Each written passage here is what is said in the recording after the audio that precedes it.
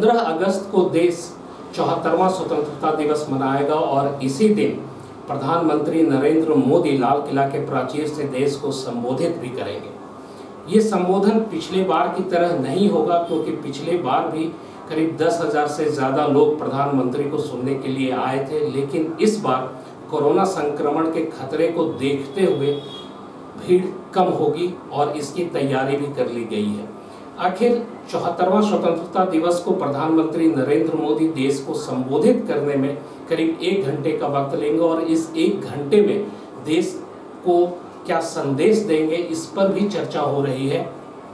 प्रधानमंत्री गरीबों को लेके, मजदूरों को लेके, किसानों को लेके, महिलाओं के सम्मान को लेके पिछले वर्षों में और पिछले वर्षों से कई योजनाओं को लागू किया, जिसको लेकर समाज के भीतर विकास की एक नई परिपाटी भी शुरू हुई।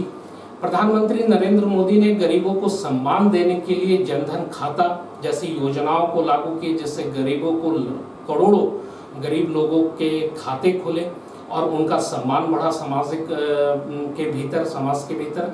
और महिलाओं को सम्मान देने के लिए उज्ज्वला गैस योजना की शुरुआत की गई, जिसमें करोड़ों महिलाओं को ये योजना का लाभ मिला और ये बताया गया कि महिलाओं का समाज के भीतर जो लकड़ी जलाने, कोयला जलाने जैसी चीज़ों से तकलीफ होती थी, इससे उनको निजात मिल पाएगा और करोड़ों महिलाओं ने इस योजना का लाभ भी उठाया और इसको लेके प्रधानमंत्री की सराहना भी हुई।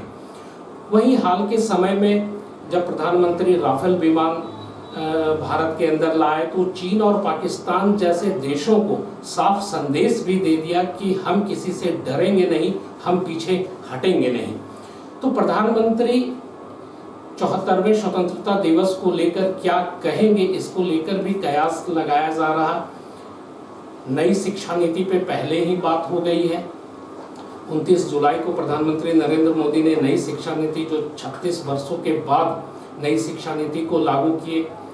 मजदूरों को लेके भी योजनाएं चल रही, मनरेगा में भी बहुत सारे मजदूरों को काम में लगाया गया है।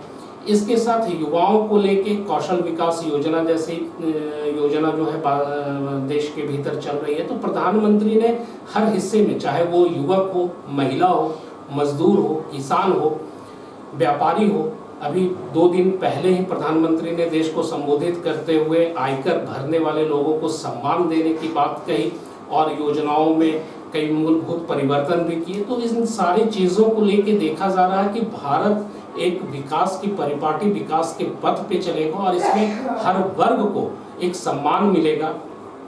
लेकिन 15 अगस्त को प्रधानमंत्री नरेंद्र मोदी जब लाल किला के प्राचीर से देश को संबोधित करेंगे तो एक नया क्या होगा, ये देखने वाली बात होगी। धन्यवाद।